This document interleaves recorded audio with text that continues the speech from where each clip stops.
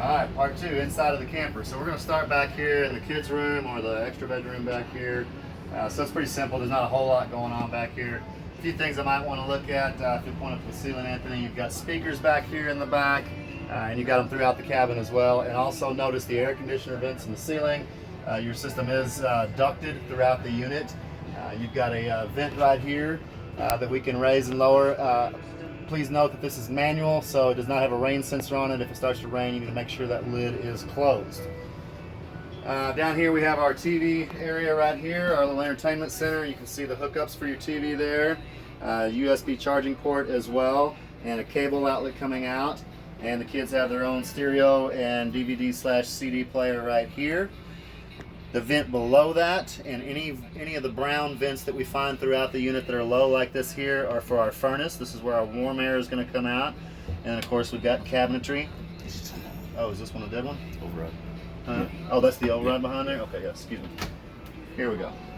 Here's our functional cabinets right here. There we are. Little coat hooks over in the corner. And then our emergency access window is located back here on the back side. This handle is simply going to pull up and then come out, and then you can push that window out once that handle is pulled out in this position here. This might be a good conversation you want to have with the kids. Make sure they leave that thing alone. Alright, looking at our top bunk right here. It will swing up out of the way if the kids want to use the couch and not have this right over their head. Alright, and ours has these nice shock absorbers that are keeping it in place. You don't have to worry about the pins like most of them have to lock it in right there. Now your sofa, what do we got here? A trifold? Mm-hmm. It's like a trifold sofa. Real simple. It's going to be very similar to like a sleeper sofa. So it's going to come out like so. You'll notice the legs are down here on the bottom. We're going to fold those down on both sides to give us support at the end. And as that comes down, if you'll point at that back panel right there, you'll see that back panel of the couch will come down to complete the bed out this way. Okay?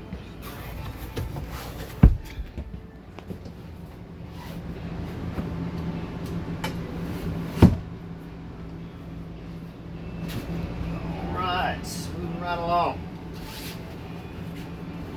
A lot of our lights in the camper, just like the one we looked at outside on the outdoor kitchen, do have little push buttons here in the center to turn them off and on. We've got some switches. You can see the switch will do the overhead lights, and then some of them are manual. And these are all LED lights throughout the camper. That's about all we look at in here. Alright, stepping on out, we'll come right over here and we'll take a quick look at our pantry. Got coat hooks and shelves on either side of our pantry here. Actually, probably a spice rack on one side. And a little light in there. Outside of that, we have a few other light switches here. And this is controlling lights throughout the cabin and the kitchen right here. You can see them going on and off. Below that is our thermostat. Now our thermostat is a residential style thermostat. The zone is for zone 1, zone 2. You have 2 ACs in this unit. They are controlled right here. That's zone 1 information. That's zone 2 information. So the system is to activate hot or cold, and mode will turn it on, off, auto, that sort of thing. And then of course we've got our temperature settings up and down right here. I just turned it off. Turn it back to AC. There's our temperature settings. Okay, so real easy operation on the thermostat right there. Alright, over here behind me we've got the cast iron cooktop and oven. You can see right here on the side we've got a light that will light, if in the top position, our knobs right here, or we can turn it down and it will light the oven light down here. Okay, while we've got the door open, I'll go ahead and light this oven. So it's going to be this knob on the right hand side. I'm going to push it in, turn it over to the little flame indicator right here. I've already purged the line out of here, or the gas out of the lines, and you can see down below, pilot light came right on. If you have any trouble getting it lit, you've probably got air in the line, just keep holding the button like that. And then once the pilot's lit, I can adjust the temperature and you see the burner come on. Okay, shut that back off. Back up here to the top, it's the same thing with the stove burners. We're going to use our same striker that we lit the oven with. We're going to select the burner, turn it to high, and flip it, and you'll see the burners come on. 2, and 3. So they're all in operation. One quick note here, make sure that this cast iron top is completely cooled down before you fold that cover down, that glass cover right there. When it's folded up in that position, it'll function as a little backsplash for you, but you want to make sure that this is cooled down before you fold it down, and also, of course, make sure it's down when we're driving the unit. Our Vent-A-Hood operations right here, our light switch on off. There's our fan, takes a second to kick in. Don't know if you can hear it, but it just kicked in. And of course our microwave operates just like any other microwave at home. Plenty of drawer space and cabinet space in here. Rockwood uses these quality cabinetry with a solid wood fronts and sides.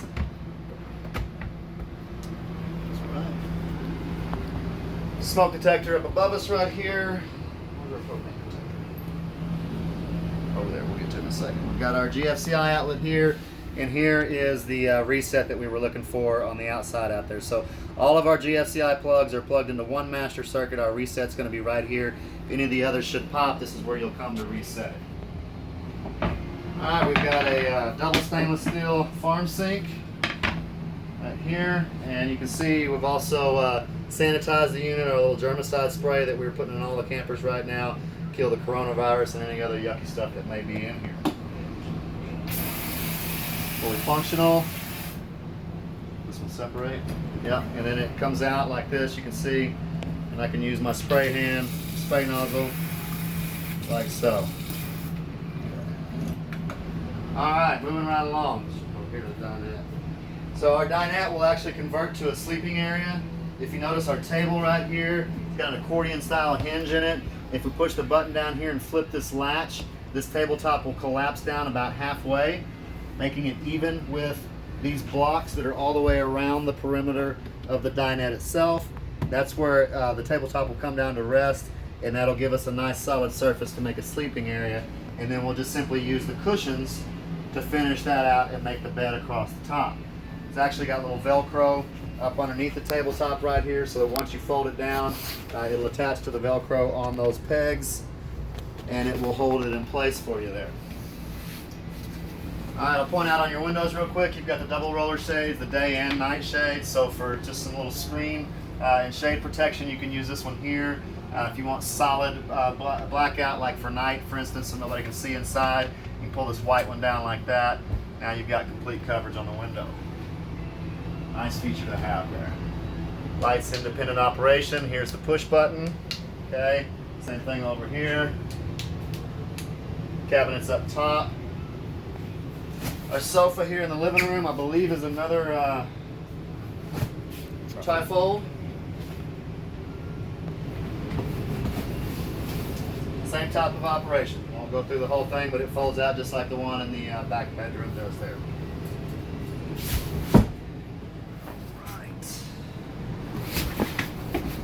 Alright, let's look at the control panel while we're right. Oh, I didn't talk about the fridge either. We'll make sure we point out the fridge. Alright, so we've got our control panel right here for all of our functions and our access. First thing I want to look at is our tank levels up here and battery charge level. If you'll notice, the battery level is all the way up right now, indicating that we have a full charge on the battery, and the tank levels are not showing any lights, indicating that they are all empty, but there is a separate level indicator for each one of the tanks on the unit. You'll also see all of our functions on here, including lights, entry lights, porch lights. Here is the functions for the electric water heater that Anthony was referencing outside, our awning lights, aisle lights, step lights. Here's the 12-volt tank heater operation light, or operation button right there. And here's our water pump. So our water pump we do not have to use unless we are winterizing the unit or unless we are pulling water out of the fresh tank. If you've got a hose hooked up to the outside and you're on a city water supply source, that's going to provide the pressure through your plumbing. You don't have to worry about operating your pump right there. Gas function for the water heater. Here's our slide outs. I'm just going to bring one in real quickly here so you can kind of see. I think this is that one there. Oh, well. Okay, so that's this slide right here. You can see it moving. I'm not going to move it very far. It's hitting that door over there. All right, there's one slide here on the living side. You've got another one behind me over here where the fridge is. A third one is in the back kids' bedroom over there. And then you've got a fourth in the master bedroom. We'll take a little closer look as we go in there, where the bed slides out. All of those operations are right here, along with your awning extend and retract. This unit does not have a second awning, so these buttons here are obsolete. Here is your main awning, retract and extend. The Wi-Fi Ranger extender that Anthony referenced outside, the power switch for that is located right here. Okay, so if we're trying to use that Wi-Fi extender, we're going to turn it on from here. And which one was this here? That's the bedroom slide. Okay. So you can see the big button I'm pushing over here on the side is moving the bed in and out. And then the other three buttons were for the slides in the bedroom and in the kitchen right here. Our sound system is located right here, CD, DVD player, of course, and our zone functions. Where is it at? Speakers right here to select between the different functions, including outside, again, like Anthony was referencing. Cabinets below. Oh yeah, the Rockwoods include a little tire pressure monitor system. These are actually sent like this from the factory. They have to be installed. We cannot do this work here. The tire has to be broke down and the sensors go inside of there, and then the monitor would go in your pickup truck so that you can monitor the tire pressure. So it's a nice feature to have, but if you want to add this, you'll have to take it to a tire shop and have those sensors installed in your tires. All right, two quick things below that. Our fuse and breaker box is right here. You'll notice all of our breakers are right here across the top. They are all labeled for your convenience. And then down the side are our fuses, and these are regular automotive style blade fuses here in 15, 20, and 30 amps. Next to that is our propane detector. So if you guys were ever to have a propane leak and it is coming into the cabin right here, this thing is going to indicate to you. Now, a couple of things. This is hardwired to your battery, so it does have a constant pull on your battery, so make sure we've got the battery disconnected when we're not using it. Also, if you hear a little slow, steady beep with a pause in between, that is simply indicating to you, just like your smoke alarm would at home, that the battery is going low. Nothing to worry about. You just want to make sure you get that battery charged up. However, if it detects a leak, you will be able to hear this thing from outside the unit. There is no mistaking it. It's going to be screaming at you. If that's the case, obviously don't come inside, back away, call the authorities. TV hookups right here on the inside. There's all of our TV hookups for our TV, which is right outside of that on the opposite wall. Right here with the sound bar below. Okay. The fire extinguisher located over here by the door. And then now your fridge. I want to talk to you a little bit about your fridge. So your unit features the 12-volt powered fridge. So this unit is pulling off your battery. It has a built-in inverter that's converting it to 110. Your controls for that are right here. We decide this has a cutoff switch. So again, with this, since it's pulling off your battery, you're going to want to make sure that your battery is disconnected when not in use, so that we're not draining the battery down while this thing is in storage. If you guys want to get the box cold before you go out to on your trip, you can come out here. It takes a little while for it to cool down. So you don't have to have it plugged in. Since it runs off your battery, you can just simply turn it on and let it start cooling down before you pack your groceries into it. Temperature settings for the fridge are right up top here in the fridge box. Temperature setting for the freezer is right back over here. Has a little latch on it. When you're traveling, make sure this latch is pulled around. That'll keep the doors from opening up when you don't want them to. Okay. This little switch right here is for our TV antenna, for rotating it. The TV antenna has a built-in booster into it. You can get a lot of channels in most locations. I don't know what it's like in Alaska up there. I've got a little TV antenna similar to that on mine, and I get about 60 channels, albeit 20 of them are in Vietnamese for some reason, so I don't watch those channels, obviously. On your air conditioner right here, I want to show you, you may have seen Anthony flip this little switch right here a while ago. So if you want to let some extra air into the cabin, you can open these vents up like that. You can hear it gets a little bit louder. That's putting more direct airflow right here where we're at. It is going to kind of reduce the flow a little bit out of the ducts though when you do that, so be advised. Alright, step into the bathroom here. So obviously I'm a little vertically challenged. I can't actually do the operations here, but above my head right here, Anthony's going to show you the vent operation. A couple of things I want to tell you about this. Make sure that the lid is open on this before you turn the fan on, which is right here. There's a power switch, and then there is the settings 1 through 4 right there. That pulls a lot of airflow through there. If you don't have that lid open while you're doing that, you could burn the motor out. Got light switches here on the wall. Oh, one quick thing we found a while ago, I want to show you. Your unit has a shower rod or a towel rod that you can mount. Probably you may not actually be able to mount this in here, but if you can find a place to put this, the rod is right here. The wall is curved behind us right here, so I don't think you're going to be able to put it right there. But and then the brackets are in here also. They're right here. Okay, on your shower, I want to point out one quick little feature to you that all the Rockwoods have. It's called the AquaView Shower Miser.